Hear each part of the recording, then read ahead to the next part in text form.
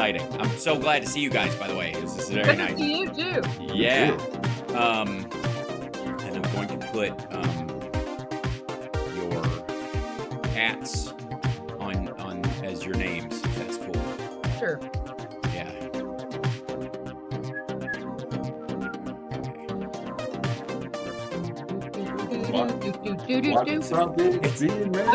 It's a very catchy tune. It's very catchy. I was very proud of it. I was like, I was writing my own Fletch theme was the goal. I'm not kidding. I was like, I just need to sit down and write my own like 80s cop movie, investigative reporter, private eye. Yeah. I totally hear it. Yeah. So proud. Right, there we go. Let's do this. All right, that's pretty good. Okay. You're out of control, Hal. No, I'm not. I don't play by your damn rules. Yeah, right. Yeah. Yeah, you're going to take my badge away. I just know it. Look, I have some vacation coming and I would like to take my vacation. That's all I'm saying. Better not go anywhere near this case. You hear that? Oh, I won't. Hear that, pasta boy? Or whatever. Alan Arkin in So I Married an Axe Murderer is because the cop character is so upset that it's not like a real, he's like he thought he was going to be Starsky and Hutch and he ended up like Fish, Barney Miller, and he wants his boss to yell at him and go, I'm tired of the commissioner chewing my ass out and all that stuff, and he's like, and the best part of the whole thing, I mean, it's so good, god damn it, the best part is Alan Arkin going, well, I don't actually report to a commissioner. We have a committee that meets on a bi-monthly basis. It's so good. Yep. I think it was too much with the racial slurs. Was it Michael Keaton who was the boss in the other guy? Yes. Total same deal. So good. Quoting who he kept quoting the music. Don't go chasing waterfalls. That's right. That's right. We did. Don't go chasing waterfalls. You know you're quoting right. I don't know what you're talking about. Very ethical. Just wants people to get along. Doesn't want to yell at anybody. Sort of. And hi, chat room. By the way, in the background, they can hear us chit-chatting. I'm just getting. It's a hot mic morning. That's right. Yeah. Come on now. Junior's in the chat. So our son's in the chat today. Yeah. Oh, nice. Hi, David. Hey, David. Hi, David. Or whatever bizarre moniker you go by. Yeah. No, I think he's David, but I don't know. Oh, there he is. He just became a member. God, come on, man. That's so sweet. All right, let's just get to it because people are waiting in the wings, and I do mean wings when you're seeing chicken. Ladies and gentlemen, here we are. It's a Friday Eye, and joining us, the very real Driftglass Blue Gal from Crooks and Liars. So glad that you guys could be with us this morning. Okay, let me start off by saying that I don't know if you guys bristle as much as I do about the whole concept that you can't make this up. Every day you guys are talking about on the Pro Left Podcast and on and at Crooks and Liars on the very real details of what Donald Trump has done, is doing, and wants to do. And there's so much of the response is you can't make this stuff up. No. First of all, yes, you can. You just wouldn't, I think. I think you guys have a lot more creativity than that. Are there moments when you're like, where you break open the story and you're like, what the fuck? Right? You know what I mean? Well, how do you put the stories together? The thing that sort of hit me this week was actually going back to the Access Hollywood tape. Right. In light of the E. Jean Carroll trial this week and his behavior in court, and realizing that the Access Hollywood tape was the most honest moment of his entire life. Right. He didn't think he was on camera, and he said, I just start kissing them, and when you're a star, they let you do it. I grab them by the genitals, I do all that stuff. And I went and found a list that ABC News had put together in 2020 of all of the women that had accused Donald Trump of sexual assault. Ugh. And he grabbed me and kissed me. He put his hand up my skirt. He touched me there. He grabbed me and kissed me. He grabbed me and kissed me in an elevator. He pushed me against the wall at Mar-a-Lago. That was a confession. His MO is to do exactly what he said. Yep. That's So to me, that was kind of the shock of the week for me was, that wasn't just locker room talk. That wasn't, I mean, I knew that he had all these accusers and everything, but going back and listening to it again and realizing, this really is what he does. Well, and ultimately, like, we've heard this whole thing, if somebody tells you who they are, believe them and stuff. And that, I mean, I feel like been hit with a skillet with that engraved on the bottom of it during his entire presidency. But for me, there was a similar one in the election, which was the Chris Matthews interview, where he says there has to be a punishment for the woman who gets an abortion. Yeah. And the evangelicals were like, he's my dude. And he was like a heat-seeking missile to not only eliminate a woman's right to choose, but start jailing some of these bitches if they try to work around it because of states' rights, for fuck's sake. So, right. Even though he paid for how many abortions in the 80s? Yeah, I mean, I think at least 3, and then he was outsourcing his abortions to that dude. That's right. Remember the guy who was in it with him in the Catch and Kill stories, yes. who ate one of his affairs. He's the guy who actually facilitated the payment to Karen McDougal. Yep. And that was the same dude. He was like, no, that was my abortion. I paid for it. The chick I never met. And So, and Drift Class, do you sit there in these moments when you read like the breaking aspect of the story, the piece of the news that comes out, and you're like, okay, all right, here we go. Like, let's talk about this, because I have those moments. Well, as you've said, we cover this every day. My wife covers this every day, Crooks and Liars. You're on the job, I guess, 17 hours a day, every day. Right. Kind of amazing. I mean, that plus, being a rock star and a guest host and all kinds of things. Man, you're just a Renaissance man. In the old days, you were expected to do this actors had to tap dance and sing and play an instrument. In any movie that came up, Universal would just go, okay, this week you're a monster. Next week you have to dance with Fred Astaire. And they're like, okay. And now it's like, I specialize in squinting and one-liners. I'm like, what? Thought we were supposed to. What? Then you're not a star. You're a tire on a car that has value. I'm glad the vehicle gets us there, but you're just one of the parts. And you know what I mean? You're not the model. You're not the emblem on the hood. Right. You're a brand. You're John Wayne. John Wayne always played John Wayne. And as long as there's just one John Wayne, that's fine. He can do that as long as he wants. What bothers me more than Donald Trump's presence is the fact that all of us should not be doing this. This should not be our job. This should not be what we do with our time. This should be the job of media institutions that have enormous resources and could plow through this nonsense, could dispatch 1,000 HAL SPARKSes. Yes. Report on every little aspect and report back to the American people. And what drives me mad is that they won't do it. They will not do it. And there's a wonderful article we talked about with the American Prospect. It's Rick Perlstein interviewing Jeff Charlotte, who had an encounter at a book signing with a New York Times journalist. And the journalist was just saying, no, we do great. We don't need to fix anything. We're perfect. We have 10 million subscribers. The marketplace has spoken. We don't need to change a damn thing. And there's always that haunting question I have out there about why isn't anyone talking to the people who make decisions at the network level? The people who hire Chuck Todd and Kristen Welker, who hire Brett Stevens and David Brooks.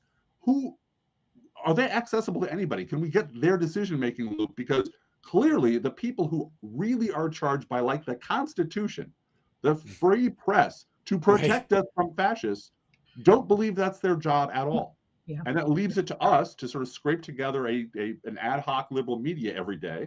Right. And I'm getting kind of tired of it. Yeah, well, it's interesting though that we're in many cases, because I have to say I have noticed, and I'm sure you have too. Like when you ever watch when a story of yours floats its way up, and you're like, that was us. We put that out there first, and everybody, like, at this point they're running with it. I've noticed that with some of my languaging, that some of my recurring phrases, and maybe that's the key. Maybe that's how Goebbels went, is that you're like, I say the same shit about the same lie over and over and over again, and eventually it cracks through. And my little thing about just like calling them maggots and having all caps MAGA and TS in smaller cases, and that being the Trump suck idea that was originally in my head, and just calling them maggots and letting that be the thing, just became a thing. Just started at one point, it just reached a point and then just floated. And somebody on the fucking on like MSNBC.com or whatever referenced just calling them maggots, like referred to as maggots often on like, because, and I was like, yeah, fucking right. Right, this guy. The other thing too is that there are certain there are lies that I chase all the time, and I get fucking tired of having to repeat them. One of the key ones was the VA Choice Act of 2014, where Trump would constantly take credit for something. They tried to get it done for 54 years, and they couldn't, and I got it done. It was, okay, first of all, it was a Kentucky congressman who wrote it up, who was a fucking Republican, and Obama signed it into law. It passed unanimously, practically. It was not a big tooth pull. It was just the cleanup the VA needed, and it was fucking normal, right? But it was Obama's 2014. It even says the VA Choice Act of 2014. It's in the fucking title, which, by the way, Joe Biden should do to all of his bills, because Republicans, if they ever get in power again, will try to take credit for it. But I keep having to bring this shit up. Are there some that you're just like, there are a couple of lies, a couple of things about this where you're like, Both sides is something we've been on for 10 years. Oh my God. Well, actually, you and I have been blogging for Europe 18 years? 2004. Yeah. So, this is my 20th year of blogging. Yeah. That's amazing. And Drift Class is 19, right? Yeah. 19 years. I'm just a kid, But we've been on the both sides don't thing for that entire time. And the other word I hate, and I hope you'll use your ice cream cone or your cupcake to say controversial again. Oh my fucking God! Yeah, made a controversial statement. Right? Like, it's not controversial. It's not. It's just a fucking lie. Say controversial again. That's it. Say Where's the controversy, motherfucker? 10 people saying it's okay and everybody else going, what the fuck are you talking about? That's not a controversy. Other than that, I have no opinion. It's nice. I don't know how I don't know how Cupcake became Samuel L. Jackson in Pulp Fiction, but it just occurred naturally because I was sick of some of this. Well, like Comer and the word evidence, like so fucking simple. For it to be evidence, you need a crime. You have to prove a crime existed, or no detail you present to me is evidence. Right. And if there's no dead body, a smoking gun is just a gun that might be steaming. I don't know. Maybe you just boiled it to clean it because you're a fucking idiot. There has to be some sort of a crime. I have this Joe Pantoliano line from Running Scared that always goes, you ain't got no crime. Yeah. Another great movie, by the way. Yeah. Oh my God. Fucking Peter Hyams. I just want to follow that fucker around and have him teach me directing, because if anybody can capture charm on screen, it's him. And of course, when you've got Billy Crystal and Gregory Hines, and bless his heart, Gregory Hines, fucking depressed myself right out of the gate. Anyways, you're good. Won't pay me no more. That makes me mad. Oh, gotta go. Final Jeopardy's on. He didn't know what Deuteronomy was. He was. Sorry. A man missed a Bible question. Right. Dude, I literally can time the beat of the opening song, Running Scared, on the logo coming up, like, go, get it. I like, that's why my theme song sounds like it does. We were kind of talking about that before, but that's exactly it. Now, the number one story on Crooks and Liars right now that just popped up when I go, Trump rampage suggests E. Jean Carroll deserved rape. I edited that title to put deserved in quotation marks. Yeah. Because you cannot put it otherwise. Well, And by the way, because it's Friday and my second hour will be about how the robots are about to take over, was in a giant like tech hole this morning, which I gotta say, I have a couple of tap outs because I deal with the news every day, and I'm sure you do too, where I just have to go like, all right, this shit's just gonna be there. It's like going below deck to get some sleep during a storm when you're like the captain or the first mate on a ship that's sailing, back in the 1600s. You're like, hey, you know what?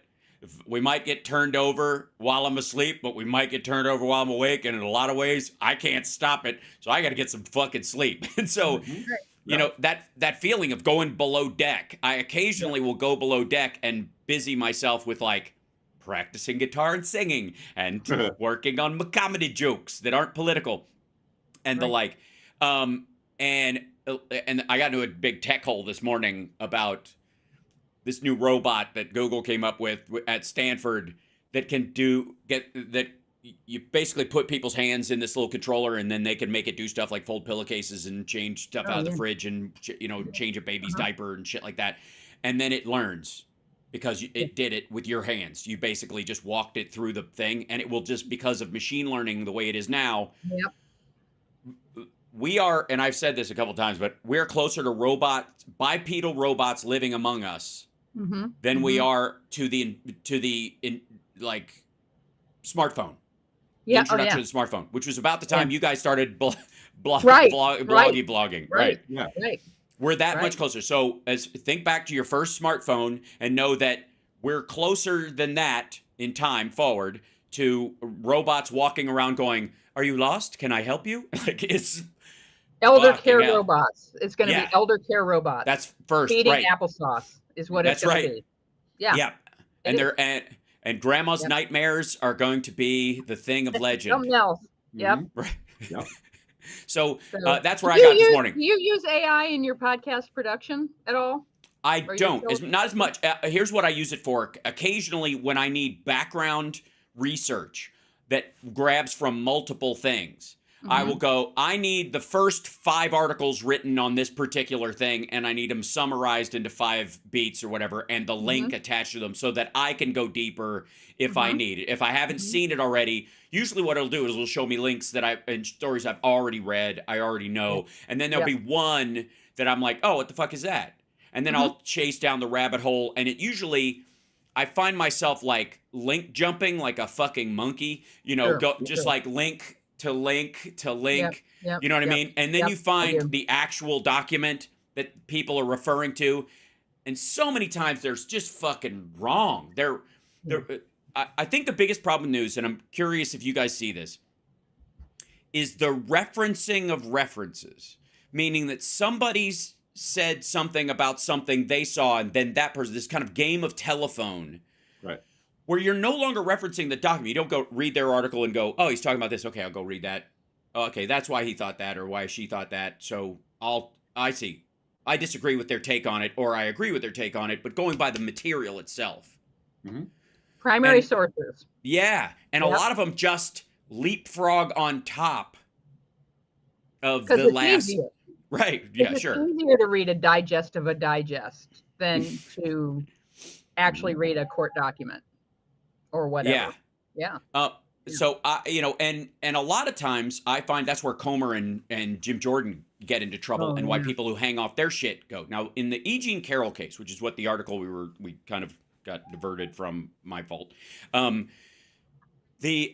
She wrote a love and sex advice column, and the idea that Trump somehow thinks, and his ilk think that that's an excuse to basically say she was asking for it. That anybody who talks openly about sexual fantasies, their sex life, any of that stuff, it is, is a slut. Right. Who had it? Well, I would even go further than just a slut.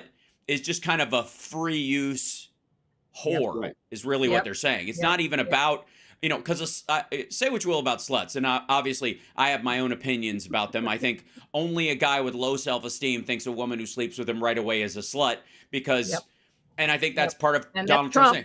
Right, that's Trump's problem. Is he can't he's seen himself in a fucking mirror. He's basically like, look, any woman who would sleep with me is an absolute whore. She's looking for my money, because there is nothing attractive about any of this. Like, that's seriously. And so he must have such contempt for women from it, right? Whereas, when a woman sleeps with me right away, I'm like, obviously the woman has taste and good breeding. She knows the goods when she sees it. And I maintain that standard by doing sit-ups. And I think that's that's what differs me on many levels from Donald Trump. But I do think there's a bunch of consent seems to be a big problem for the Republican Party, and it seems to be coming to a head with the abortion argument. Would you agree? Yep. The article says E. Jean Carroll became well known for her Ask E. Jean Love and Sex Advice column, which appeared in Elle magazine from 93 to 2019. Trump appears to be trying to weaponize Carroll's posts about sex to further shame and humiliate her. He was referencing these because he went on a fucking 3 hours, hours long. Last night, in the middle of the night, just and he's showing he's using clips of her conversations from a sex advice. It's like saying. It's like saying you sexually assault Dr. Ruth Westheimer and saying she had it coming because she never shut up about sex. So clearly that's consent. Just talking about sex is consent to these people. It is so fucking creepy. Hey, you remember Sandra Fluke, right? Rush Limbaugh saying that she's taking sex pills. I should be able to watch her. I should be able, because my money's paying for her sex pills. Right. And you just know this bloated, grotesque creature has never had anyone love him in his life, and has never had anyone he didn't have to pay to come sleep with him. Right. And so all those women out there who were doing these things must be part of some sort of, I don't know, free-for-all that I should be able to participate in, because I'm paying for her sex pills. And she's taking birth control. She must want it. Yeah, for those in the chat room, birth control every day, so she must be oversexed. Because he doesn't understand that he can be birth control and Viagra. He just doesn't. Or didn't. That's I think that's an excellent point. I think because to him, can you imagine being so gross? And I mean, and I'm not just talking physically. I think everyone is deserving of love and whatever shit. They'll find there's somebody for everybody out there. But in his particular case, I mean, above and beyond his own sort of physical sitting all the time, never moving, kind of more, as my friend Chris Bono would say, more oil for the senator lifestyle, just chicken legs and fucking, pour more Neutrogena oil, that's how what Rush Limbaugh off camera struck me as that kind of fucker. But the idea, I've been a teenage boy in my life, and I've also been I lived a very small part of my life not on television, and so I know what it's like to not get as much sex as you would prefer in life, I think, is the best way I could put it. And at no point during that period where seeking it and finding it was a chore did I require anything that would remotely resemble Viagra. I think that was the old Billy Crystal thing about just when you're a kid, your genitals just going now, feed me, now, right? And here's a guy. And rings the doorbell for your date. That's right. When he gets to the forget house, it. I'll knock. Right. So, forget the girl. I want the dog. No, it's a great bit, but it's so true. And I just can't imagine being can you imagine being Rush Limbaugh and being that gross and being in a situation where you paid good money for a bad woman is the idea, and bless her heart, and you can't perform? I mean, all I'm saying is Rush Limbaugh's hookers must have just hated Viagra. Just every time they saw the ad, oh God, I used to be rid of these assholes in less than 2 minutes. Now I got to call the hospital at 4 hours and 2 minutes, and they, jeez. This is terrible. But he's no longer with us. He's no longer with us. And he's a Medal of Freedom winner. For what did he actually get it for? I forget. Was it the smuggling the 30,000 oxy pills that were totally for personal use? Yeah. Totally not selling them to his friends or handing them out like fucking candy or using them as to dose women or girls or coerce, addicts to have sex with them. Fucking, right. I'm just grossing myself out even with, like, again, I guess this would be the other one, the big question for you guys. Are there stories where you wish you could stop digging? Oh, yeah. Yeah. Now I must remind you, you're talking about Medal of Freedom winner Rush Limbaugh. There. So please put some respect on that man's name, right? Yeah. Oh no, there's a whole bunch of stuff. It's cursed knowledge. Yeah. Things I wish I didn't know, because now I know. Oh, there's nobody. Broadly speaking, there's nobody coming to save us. There's no greater institutional force out there that's coming to rescue us from these lunatics. I disagree. Sorry. Well, it's up to us. It's just it is. Me and Agreed. My wife here. That's it. We're the vanguard. Yeah. But, I wish I didn't know the courts were so impotent. I wish I didn't know the entire Republican Party. All of them are spineless, gutless losers or lunatics or grifters. For decades. Yeah. That's the thing that I want to stop digging is the Republican Party before 2016. And that it's a surprise. Never Trumpers who are holier than thou. And now I'm building a ramp for Driftglass to go off for an hour or more. But the Never Trumpers whose history began in 2015 when Trump came down the escalator, and all of us Republicans who resisted him are the heroes of the resistance. Yeah. And how dare you suggest that anything we ever did was wrong? Right. But I was at the Iraq War protests in 2003, 2002. I didn't see you motherfuckers there. Right. It's the constant, every 18 months, the bulldozers come out and show all the history that's developed down a hole. Yep. Right. And and having watched that happen like 6 times already. Right. Yeah. And watching it happen right now. Yep. It's maddening. It's absolutely maddening. I don't want to live in this timeline where you can watch, you can see the tragedy coming. It's the Greek tragedy. You can see the horror coming.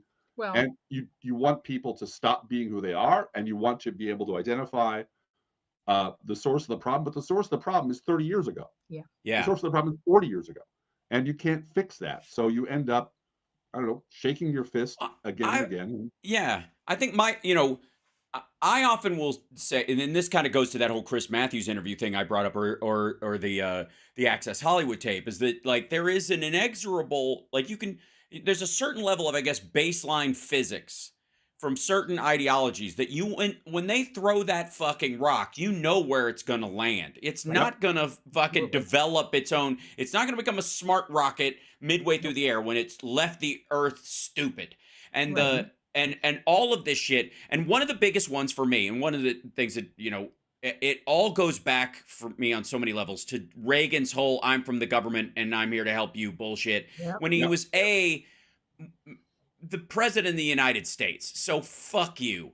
Like if you think the federal government is the source of all problems in the world, then get the fuck out of it and show us all how it's done. Mr. Private Sector Bootstraps, then fuck off. Show us how you can create your own wealth and even overcome great obstacles without any help from the federal government, because Elon Musk, there is no Elon Musk without Barack Obama. Barack Obama's bailout of Tesla, along with the other big three, to make sure electric cars had a fucking shot, is the only reason we know that motherfucker's name.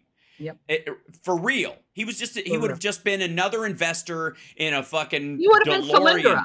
He would have been Solyndra. That's right. That's absolutely right. And so this idea, like, again, and without his government contracts, Elon Musk doesn't have any of the power that he exerts over other people. None.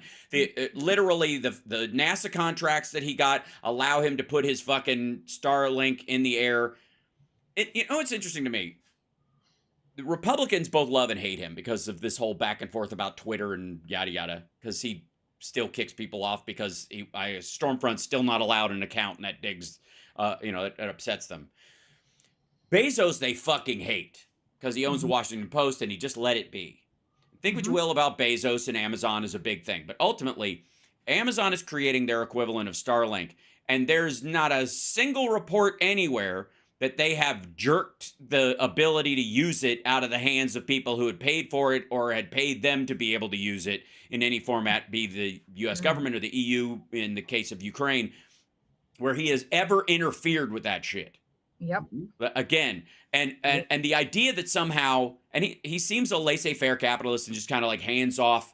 I'm sure he's fighting for lower taxes and all that kind of stuff, and he's got a marginally, bad union issue, but he's going to ultimately automate all of his factories anyways, so there aren't going to be any workers there. Right. That's the other conversation of robot shit. There just aren't going to be. Warehouses, yep. There's no, his whole goal is no workers at all, not screwing workers, but I don't want people lifting boxes for a living. It's stupid. Right. And that's where he's going.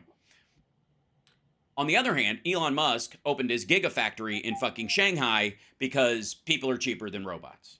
Right. Yep.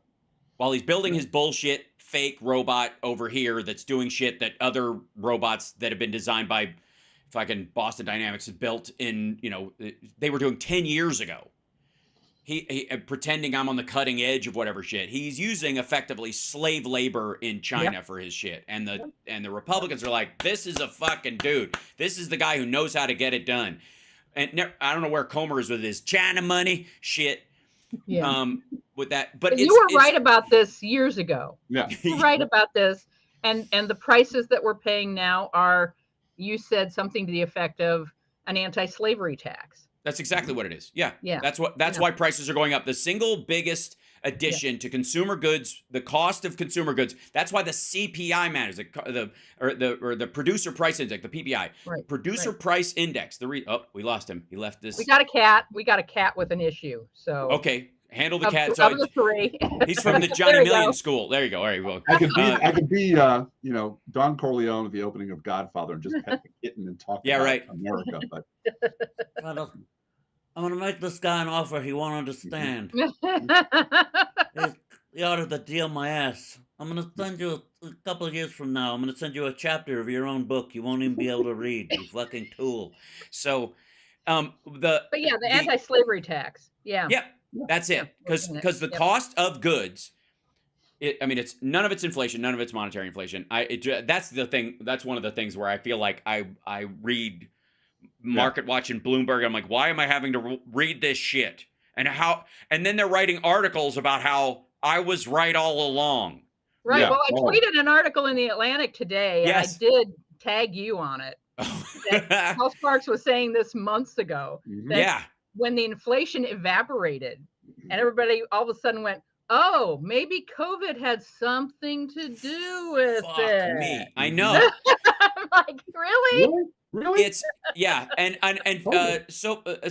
Southern Florida Don in our chat is saying corporate greed in this, and I appreciate where you're coming from, but let me tell you something though. Be real for a second.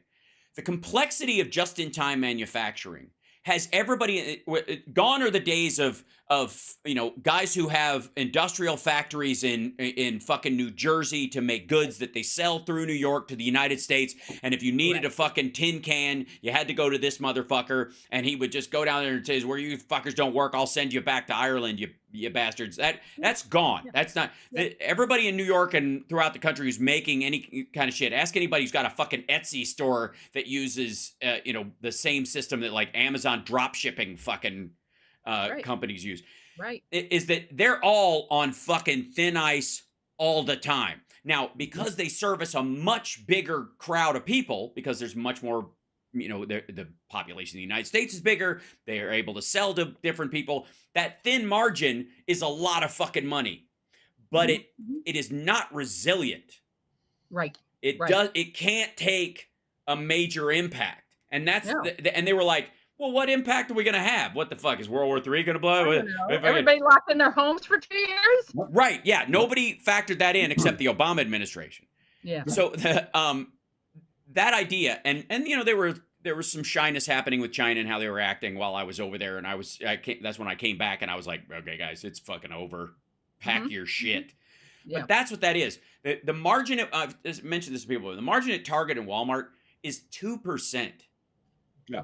2% and that's the 2% where they sell the stuff. They have that much. They have 2% left over to build more stores, hire more people, and buy more goods. And that's a ton of money, but it's Yes. only 2%. Right, exactly. Yeah. Whereas, a mom and pop, technically speaking, depending on how, frugal they are, could build up a 30% wall in their in the goods that they sell. They could sit on some money. This store, I need $30,000 a month to run it. I got $50,000 in the bank. We're cool. Something really hits the fan. We can roll into the next month. It shouldn't be 6 weeks, and then I can get a loan on top of that.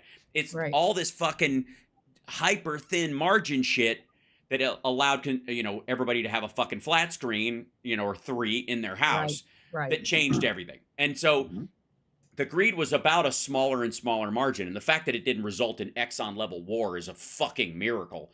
But that's that margin, that just-in-time thing, relying on something coming all the way from China that has to be assembled there after the piece is made in fucking South Korea, and then and put on a boat, and you hope the fucking boat gets there, and every 15th boat has a problem and is late, and then you overdo it, and you're like, fuck, we can't be late with this product, so they make too many of them, and then you've got a fucking sale on your hands. Like, that's fucking enormous. And the irony is that Trump supporters are really enamored with the idea of him as a businessman. And he's never done any of that shit. That is the current business model of the world. And he doesn't know fuck all about any of that stuff. Nope. Nothing.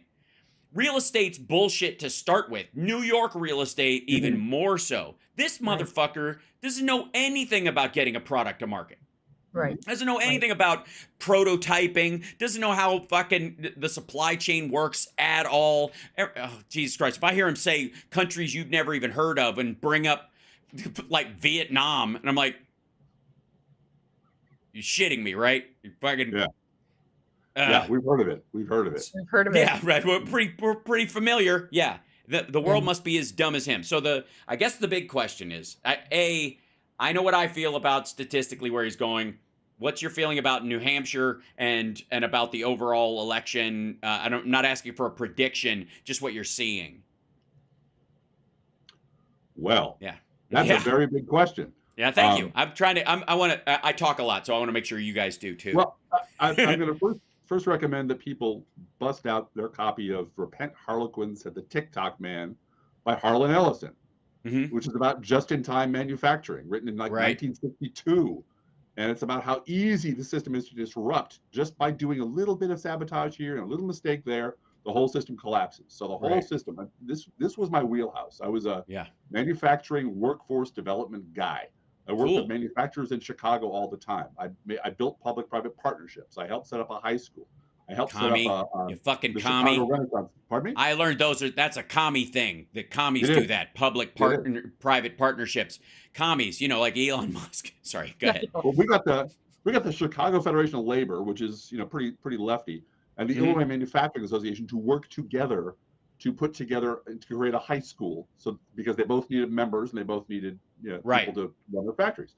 So I understand the problems of that universe. So if you ever want to do like 6 hours of me just droning on about succession planning and deindustrialization policy and who killed the Austin neighborhood, don't threaten me with a good time. You guys will have a party, I'm telling you. Oh my God.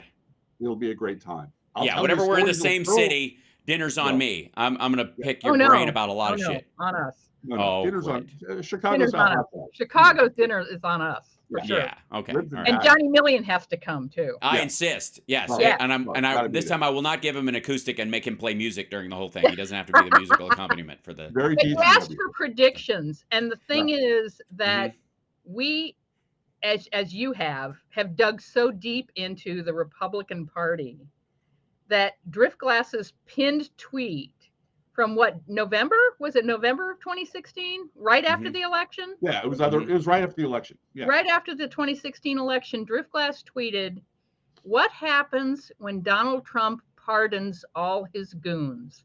What happens when Donald Trump pardons himself?" Yeah. And he wasn't even inaugurated yet. No. Right. And you and our prediction about the Republican Party is another rebranding. It's going to be the Coffee Party or the America First Party. Right. But whatever it is, it's going to be, I'm an independent constitutional conservative who never liked the tweeting. Because conservatism can't fail. It can only be failed. And then you rebrand. And you were never part of the MAGA movement when Trump finally, everyone realizes he stole our wallet. You know, he stole my wallet and I have nothing and I have no retirement left, but Trump paid his lawyers with my money. Well, and if you watch this as not a slice in time, you know, here's New Hampshire, here's Iowa. I liked Iowa. I was in Burlington with my sibs there over the summer. I had family there. I know it reasonably well. But if you look at it as the trajectory over time, what has the Republican Party become since, as you said, Reagan? Right. You know, when Tim Albert is making the rounds with his book, which is a fine book about, you know, the evangelicals are, you know, recently lost their mind. I started flashing pictures around of Ronald Reagan and Jerry Falwell hanging out together. Going, what the hell are you talking about, man? This has been going on for 50 years now. What the hell? You know, I got posts written, you know, 15 years ago, 17 years ago about this very thing is going to happen. Why aren't you paying attention? So if you take the trajectory of the Republican Party, as opposed to what's going to happen, you know, next week or the week after, it's clear that Donald Trump didn't hijack the party. The party manifested Donald Trump. They got their id finally out in front of them and made him their president. And that's the party from now on. For the rest of our lives, they're going to die off at a pretty fast clip. But they do have that whole thing about they do have that whole thing about like just I don't know, being anti-science and I mean they're all gonna the irony is they're all gonna die of fucking measles or something stupid. The stupid disease. It will be called the stupid disease. And you know, Florida will be depopulated. And it's a real shame because there's parts of Florida I really like. But I mean, Donald Trump's gonna sweep the nomination. In New Hampshire, he's probably gonna either blow out or beat Nikki Haley. Nikki Haley's already said, I'm gonna endorse him. Whatever happens. And pardon him. She's going to pardon him. Yeah. Right. That's at Crooks and Liars today, too. For the good of the country. They're on board. Everybody on the right is on board with this. They tell you in private they hate it and it's awful and they wish a hamburger would happen or something on the 7th hole. Oh, they're counting on it. I swear to God, there's so many of these motherfuckers hoping he becomes like a cholesterol martyr for the cause.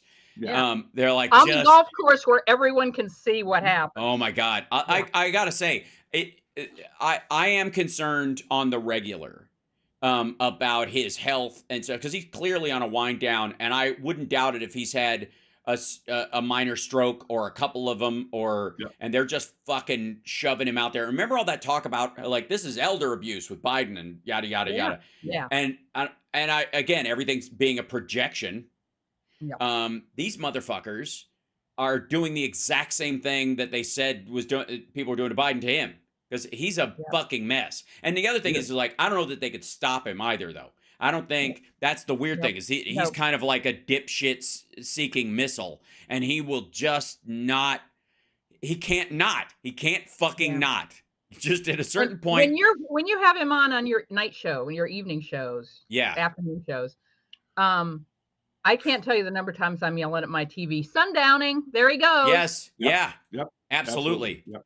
Well, so that's the other thing. It's like there was a period I watched that whole fade. I watched during his speeches, like he was riled up in 2020, but he was not 20. You know, for all this talk of Joe Biden's not young Joe Biden. But he doesn't have to be. I don't need a shouting senator. I need an executive who knows what the fuck how shit works. And that's how to put the right people in to do the mechanics. The president should not be going, get out of my way, I'll do it. Like, that's a terrible way to do shit. And it's what Trump did all the fucking time. It's ridiculous. Alyosha's saying they're concerned that Trump will be in hospice the next 5 years. Well, that's the other thing, is that it's time to put dad in a home instead of jail. That might be that one of their backdoor ways out of this and start to martyr him. And then he'll have ring-kissing things where Don Jr. translates the drool that's coming out of his fucking face or something, right? Right. That's that in and of itself is is an issue. And again, like I said, I worry that something happens and they consider it, because if he dies at 105 of a self-inflicted wound on television, people will say it was the deep state conspiracy. Yep. So I hope for his health all the time, just for that aspect of it, so that we don't have to deal with these assholes have nothing to hold them back. Nothing to attach themselves to. But I think a good portion of, and by the way, talking to, I changed your thing to Mr. Electrico so people could see your shitter handle. And then bookhal is shitter handle, Francis. And crooksandliars.com. Check it out. And also the Professional Left podcast that they host. Right. What's the schedule on it? Because do you do it live and then like I do, or do you? No, we record it, and we record No Fair Remembering stuff on Tuesdays. Okay. And we do our regular political podcast on Thursdays. Next week, we're just doing one on Wednesdays because of New Hampshire. So right.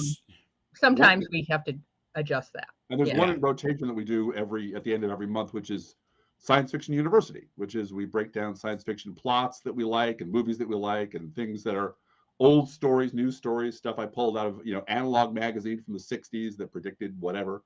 And we have a really good discussion about science fiction as literature, science fiction as predictive modeling, science fiction as this is why, honestly. Or if you're Ursula von der Leyen, what's her name? It's science fiction as political subversion masked as utopian sex fantasy. Ayn Rand, I would call her like the anti-Ayn Rand in some ways. They're both nuts, but she in her own way, like the other direction. And Blade Runner being my favorite film of all time, and of course Ghost in the Shell being my favorite anime for thematically the same reasons. I feel that would be worth a conversation if you're up for it sometime. I'm not going to muscle my way in, but you too. I'm telling you, I'll sit back and watch.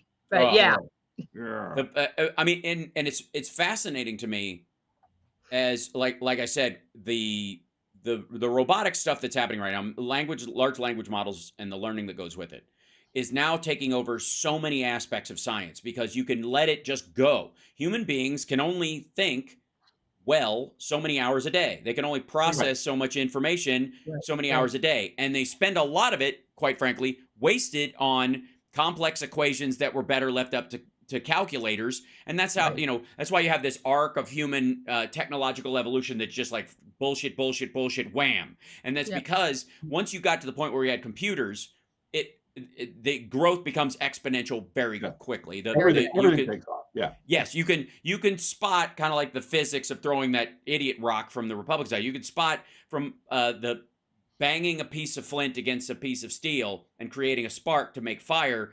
You could track that to, the launch part of that is very hard. But once that idea and all the elements involved in that reach a certain arc, it will reach escape velocity, and you can't even track where that will lead technologically over time. And this is why science fiction as literature has gotten kind of weird over the last 10, 15 years. It's because they've lost all their ethics and they don't know what the fuck they're right. Sorry, go ahead.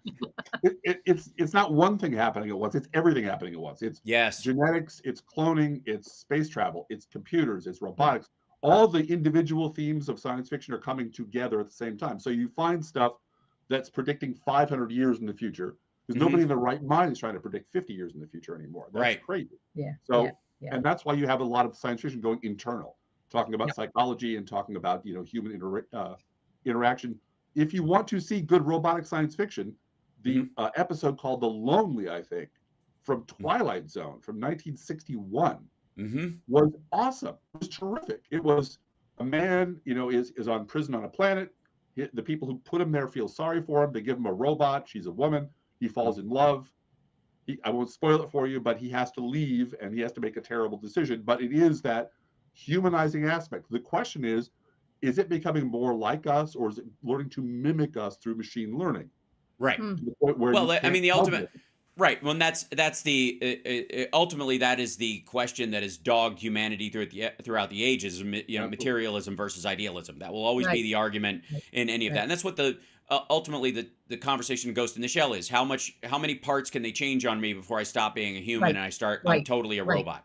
And I love that conversation, and it's so worth having. And there's so much, and again, what if there's a digital copy of you fucking running around, and you have access to it, and you have doubled the experiences. Is it you, or is it truly an extension of you, or is it just a fucking hearing device that you've figured out how to attach to another room so you can hear conversations you wouldn't have heard otherwise?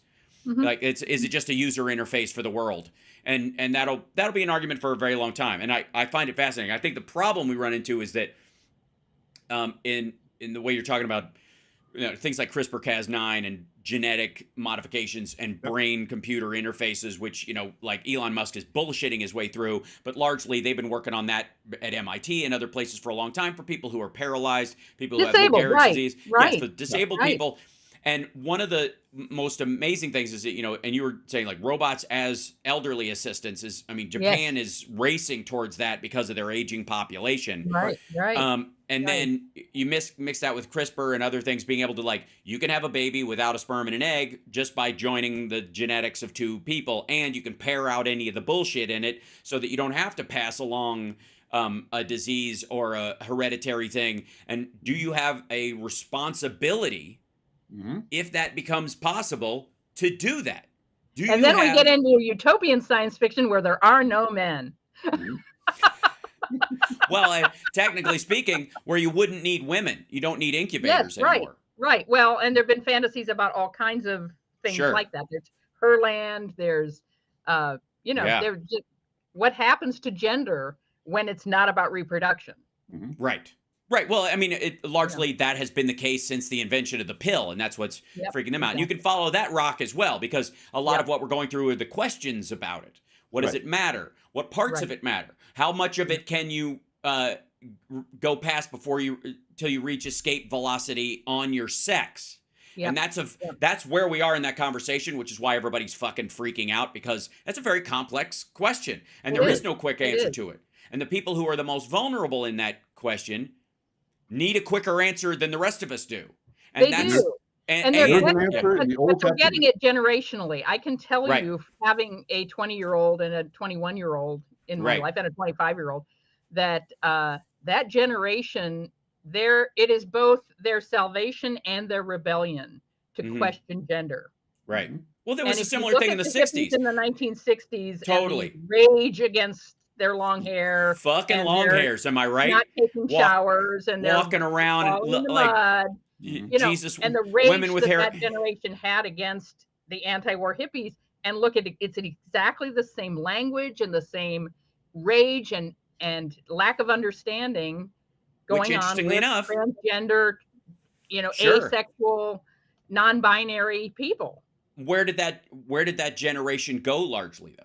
What became they went and did est and became Reaganites. That's right. Yep. That's the most fascinating part. Is that extreme, like people with extreme notions, or that live on the edge of normalcy, or are averse to normalcy for because they choose to, or because they are their internal tendencies, psychologically, spiritually, intellectually, religiously, whatever, would keep them kind of opposed like a magnet. That normalcy is a north polarized magnet, and so are they. So they just can't fucking get together, but they will always be trying to join with it, but always rebuffed. That they don't care which edge they're on. Right. And I think that's where you do get what would effectively be the both sides, where you get horseshoe theory and people at the total extremes, because they really aren't against the other extreme. They're against the center of the normalcy of existence. They don't care where they are on the outside. And that's where you get the fascism of the Manson family. Finding a nest in the anti-war movement, the people who would kill a pregnant woman and cut the baby out of her belly, who are the same fucking people who were walking around doing this in the streets. And there's an overlap in those folks that I'm very aware of even now. You can see it with the pro Hamas ish, pro Palestinian folks that kind of edge towards whether they're being anti-Semitic, whether they're just against everything that's big. So anything that's small, doesn't deserve to be small, because they feel small and the world is big and complex. So anything big and complex is the bad guy, and anything small and easy to understand, like themselves, which is I just want what I want, and other people must want what they want. Never mind the fact that Nazis are a marginalized group, just for the record, and there's a reason. You know what I mean? Like, you use the language of to use the vernacular of the kids today. That is a marginalized group, and it should fucking stay that way. And the idea that diversity, to a lot of people only means finding someone of a different color than you who talks just like you. Right. Is also another mistake of the time.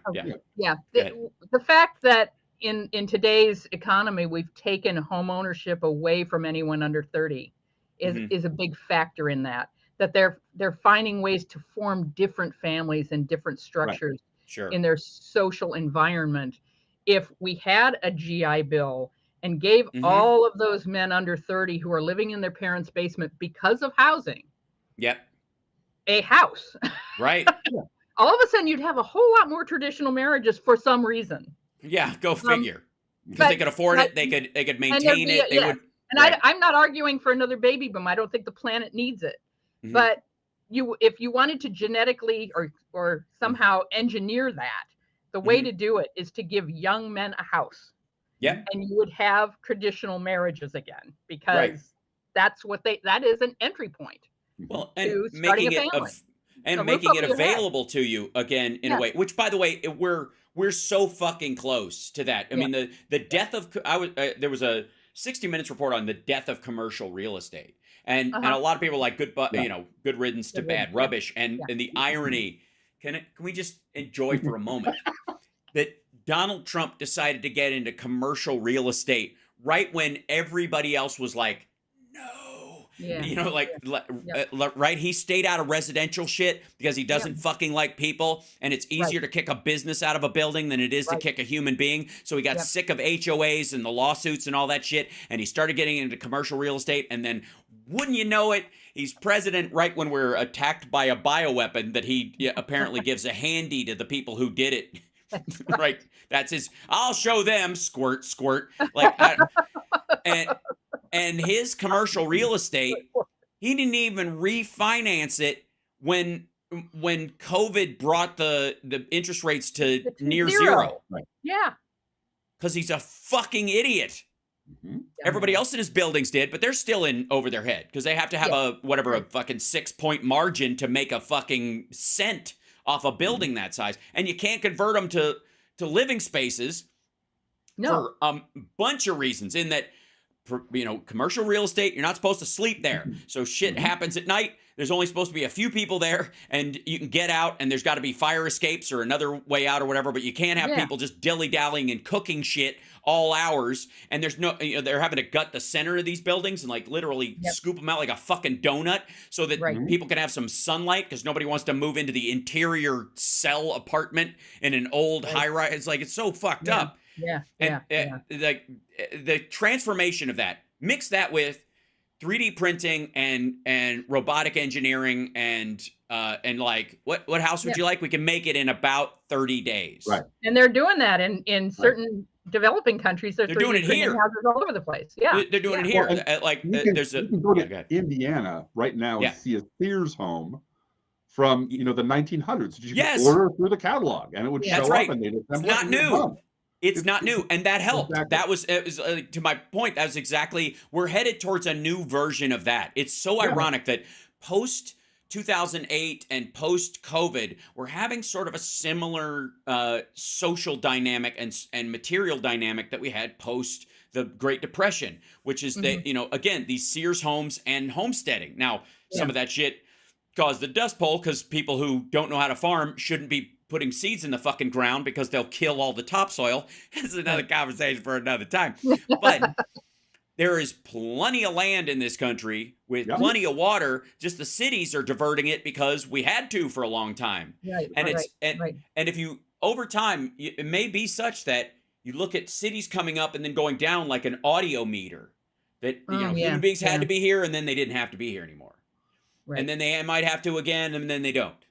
And it's getting easier and easier and easier to create and fabricate places for people to live that are pretty fucking decent, that are more than you need. Never mind the fucking Apple Vision kind of thing. Like, what fuck? I can live in a bachelor pad until I'm ready to move into something to save my money because I can have a TV that's as big as my wall when I wear my goggles. And the standard for a 25-year-old is to have a place to sleep and a place to game and a microwave. Yes. I feel seen. I blame Friends for all this shit because Friends' apartment. Yeah.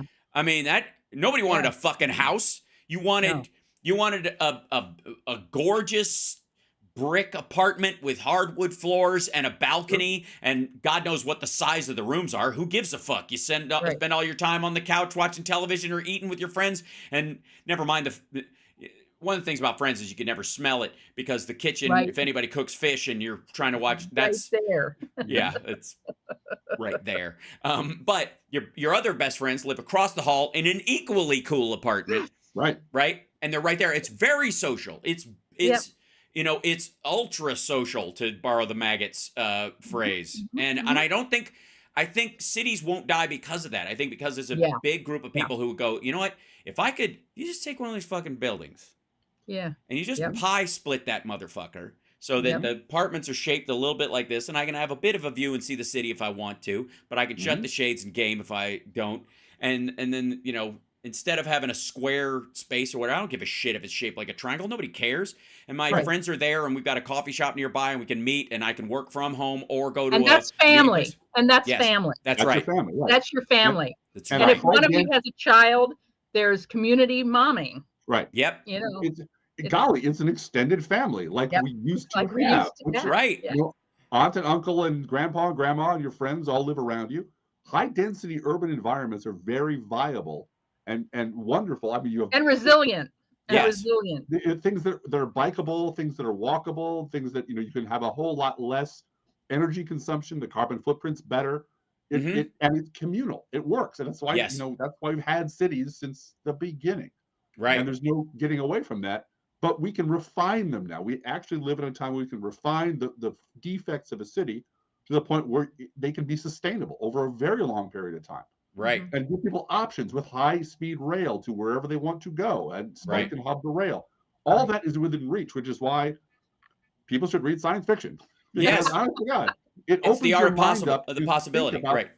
Variables in the future that the people who hate these things, who hate diversity, want to go back to the Old Testament. They want a simple, dumb, male, patriarchal, white answer to every question. And I do not want that. And we can't live together. Those two ideas are not compatible in the same culture. So it's not even possible at a certain point. And again, you may have a situation in the very near future where people can pick their genetic traits. And you're going to have, I guarantee, you want to talk about a science fiction story? I guarantee there's going to be a story at some point, just like there's Rachel Dolezal. There will be a black dude and his Asian wife who decide, for the fuck of it, to have a white kid. You know what I mean? Literally. Like, we just, we thought maybe she'd like blonde hair or something like that. So, and it's because they don't really care or think of it any other way. They're just like, whatever. Like, it won't be in the next 10 years. It might be in the next 50. Might be in the next 70. Might be in the next 100. And we'll name her Barbie. That's right. Well, and because it doesn't matter.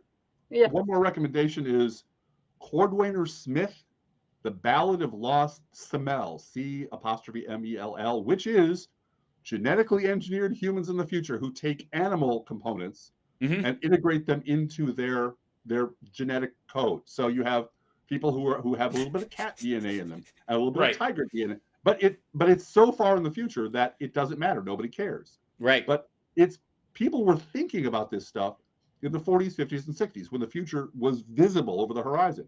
Yeah, we know in the 60s they were high as fuck, and they were talking about their people's astrology, their astrological sign. You're like, but maybe that's how Planet of the Apes actually came about. Yeah. Right. Well, that was with monkey genetics. Well, that's chimera. That's the concept of chimera. Yeah. Human animal hybrids. Like that was where he got that shit. Where's he from? Remember that fucking guy? No. So so I want to remind everybody to go to the Professional Left podcast. I think it's professionalleftpodcast.com or ProLeftPod.com. ProLeftPod.com. Yeah. Well, because on my thing it's professionalleft.blogspot.com. Yeah, but that'll get you there. Check out the podcast. Next week it's a Wednesday, but you got one coming out today. You're going to do one today. It came out last night. Yes. Oh, came out. It's Gotcha. already Okay, out. cool. Yeah. That's Gotcha. awesome. It's just It's awesome. You awesome. should go look at it It's right called now. the Caucasian Caucus. Yeah. Well, that's why I call them the Freedom Caucasians, and Yes, you know, exactly. Exactly. and so much of that, I have to say, when you bring up the idea of like diversity being just a reality and it being, you know, are interacting with other people who are different, have different ideas, different backgrounds, and all that kind of stuff. It's just normal to humanity and always has been. And yet there are these folks who want to be like basically genetic or racial isolationists, and we're not, and it's not unique to white people. Believe me, But they all have black grandchildren. Go listen to Nick Cannon talk for a little while. Yeah. There's plenty of them everywhere around. I mean, like, again, the Houthis are, you know, like the world will be great as long as there are no Jews in it. Right? Okay, fine. And then they're like, and while we're at it, if you don't want to be one of us, if you don't convert, we'll kill you. Also, if you do convert and you're black, we'll kill you. So there's plenty of that shit to go around. That weakness is as common in humanity, right? As is the diversity itself. Yeah. And so I guess the fascinating part for me is watching Tucker Carlson and some of these other folks bristle at the idea that the Republican Party is getting a few more Latinos, a few more black people joining it or whatever, which is inevitable and normal. And I don't know why anybody would think, again, I don't believe in monolithic voting blocks, but you could just see him going, like Tucker's like, just more, you know, Latinos joining our movement every day. Huh. Yeah. It's like we can absorb that. You can't. That's another sign, right, that you've created a monster, and then you have to live in that bachelor apartment that you both have to game in. So I love that. That's it. Thank you guys for being on. I greatly appreciate it. Go everybody, Pro Left Podcast. Check them out, and of course, you should bookmark Crooks and Liars, and because it's one of my favorite aggregate sites for finding the news and finding what's kind of bubbled its way to the top of the madness stew we're all in. It's right? awesome because she does that. Yes. Mm-hmm.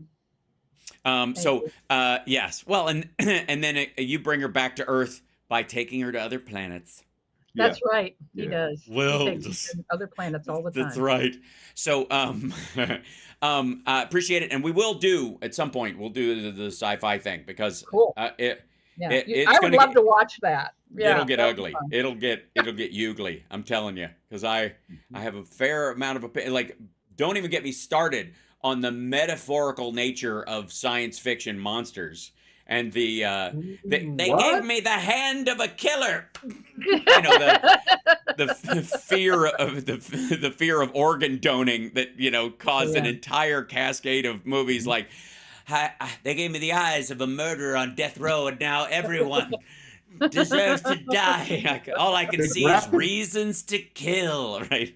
They grafted my head onto Rosie Greer, and now I'm the man with two heads. That's right. Yeah, which I will be running as Zaphod Beeblebrox when I run for mayor of Los Angeles.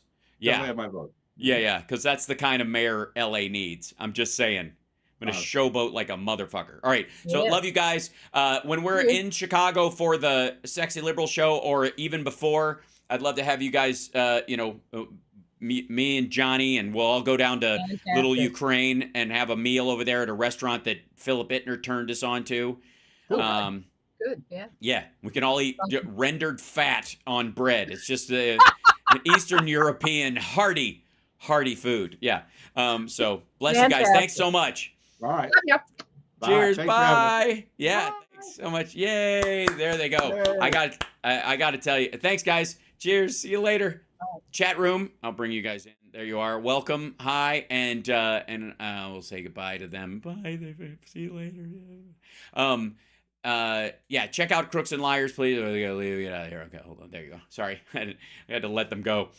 Let them escape from the room. So yeah, great visit, great show, and the Driftglass and Blue Gal and do this Professional Left podcast. He's Mr. Electrico on Twitter, but Driftglass on their whatever. It's that's why I never know what to put on the screen when they come on. I'll at some point we'll just do a coin flip as part of the hey, they're on today. Let's see who gets what. So Here's a bunch of stuff. I want to show you something that I was sort of teasing because it is Friday Eye after all. By the way, hit the like. I forgot to say that. I should have said it because I was so busy talking to them. Hit the like on your, if you could, that'd be lovely. And hold on, it's over on YouTube. So I want to show you what I was talking about with this Stanford robot, which in line with the, I'm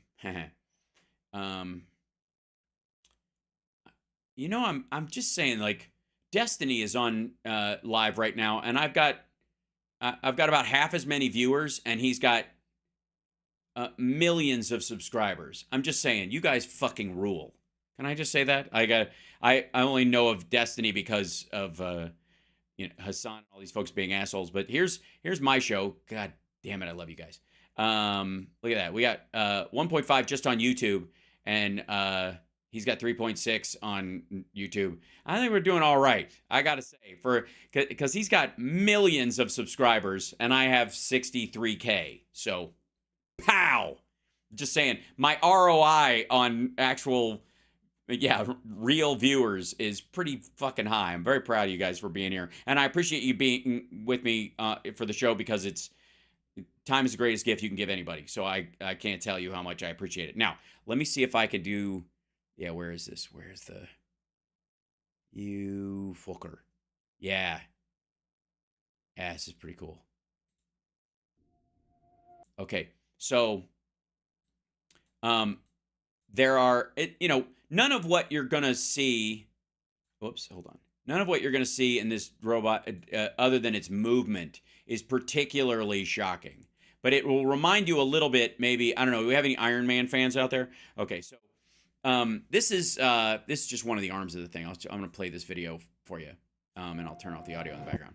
This is a thing called Mobile Aloha. They have a computer called Aloha, which was stationary, and then they put it on little wheels or whatever. And this is it doing all kinds of shit, like making coffee, and it's shaving this dude, and it's cleaning a spill, and it's opening it, like taking a dish out, and it stacks them as it comes out, and it closes the thing, and then it gets stuff at it, puts some ketchup, and it mixes ketchup and mustard on the plate or whatever. It's like, so because that's how they like it. It's playing with the cat, all this kind of stuff. Okay, so this thing, a lot of this, what you're seeing is, the first time anyways, is someone is controlling this via a remote. They have a setup where their arms are in these things and they can use whatever they're doing. And they speed this up because it's a little slow. But the idea is that they're going through this whole process.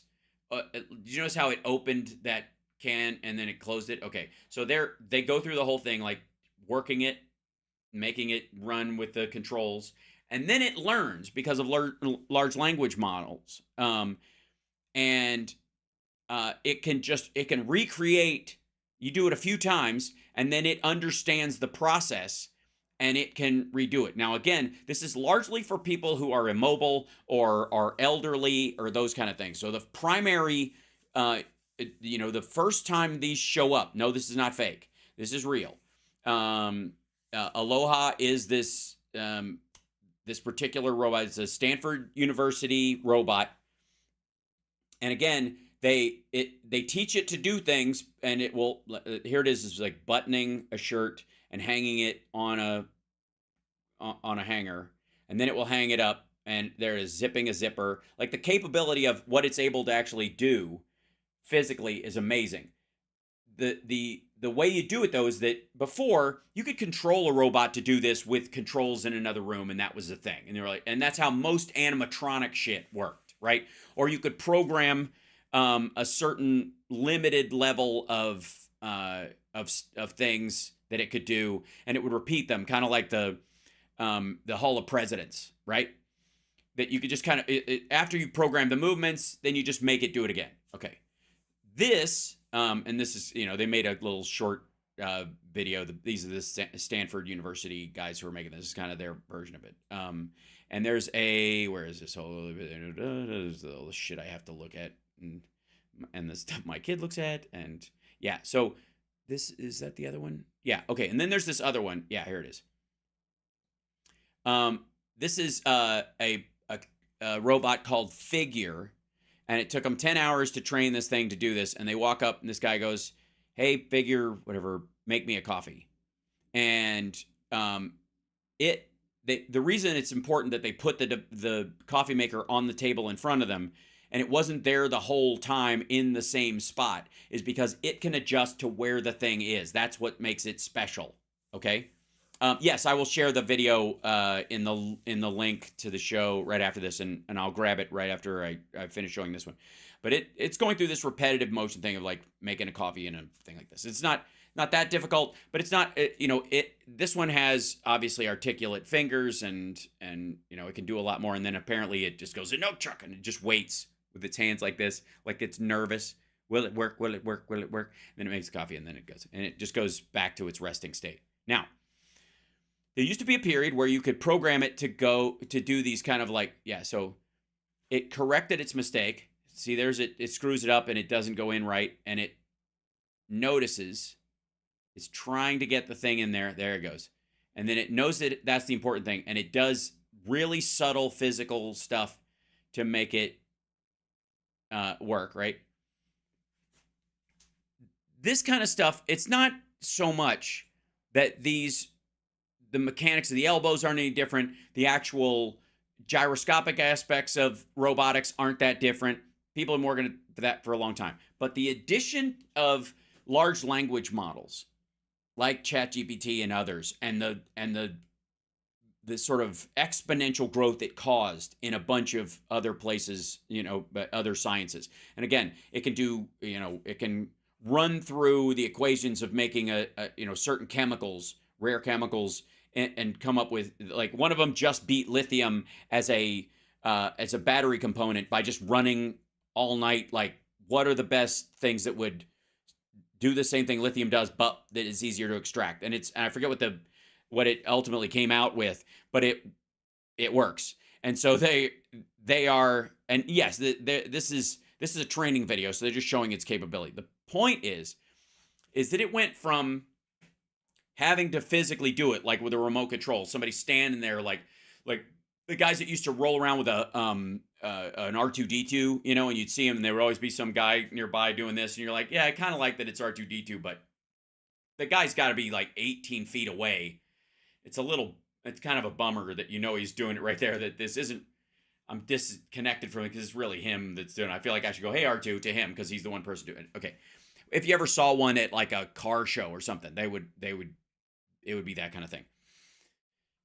Now, they can build these things to learn on an entire environment.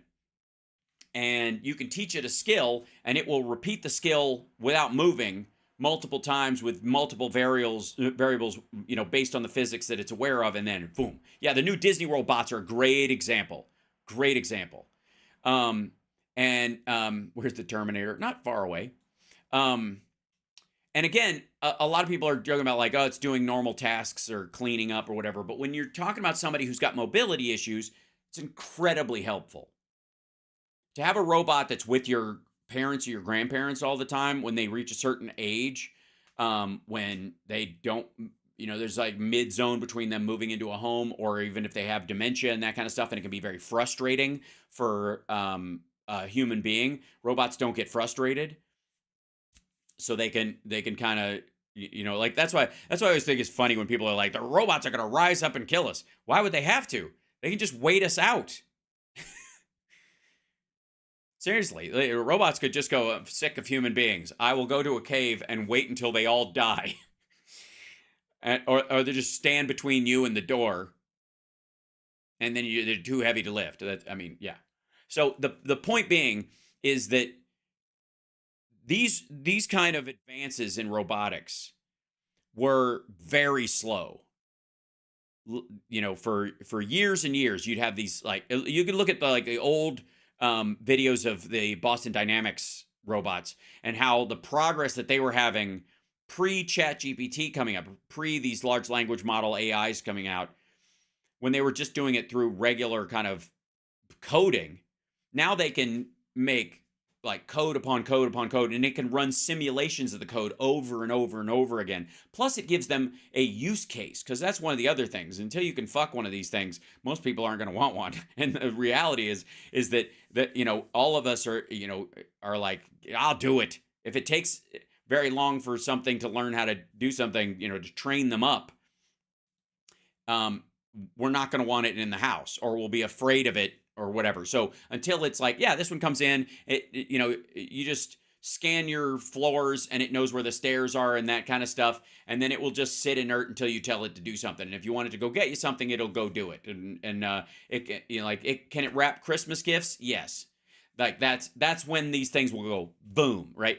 But it used to be like the advances in stages to get you even 5% closer were years and years and years and years between each other. Now they are exponential. Now, because of AI, I've often said that anybody who plays like a video game that has human-like characters in it that deal with real physics, they can fall down, they're slowed down by carrying more weight, any of that stuff.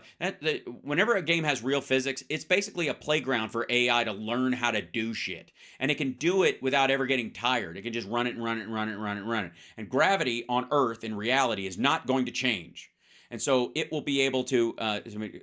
Robotic process automation. Thanks, Doc Spano. Yeah.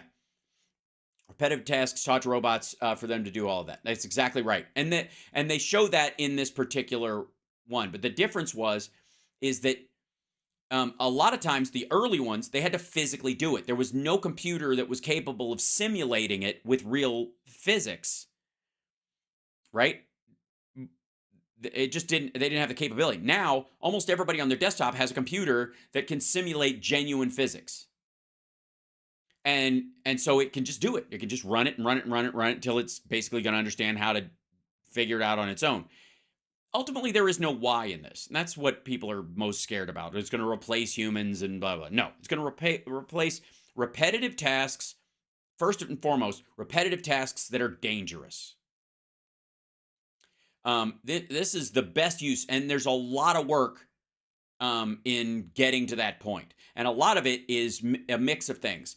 Both military and personal, consumer-based stuff, interactions with robots, how to deal with a real human being in a circumstance. There's so many subtle interactions that it's going to have to learn from to make robot firemen who can go in and recognize whether someone needs to be removed from the fire, or is there helping, or is in distress or not. They're going to have to learn by going over and over and over and over and over again this with real people. And that takes a consumer impact, and not just a military one. You can't just set these things loose and they'll just start like somebody's trapped under something and they just grab them and tear them to pieces because they don't recognize that they got to save that person, and that person's a civilian, and there's too many factors, right? Okay, so I find this fucking glorious and fun. It doesn't scare the shit out of me at all. It scares it's fun watching other people panic about it. I do have a slight pleasure in watching that happen, but it is crucial that people start sort of almost psychologically adapting to the idea right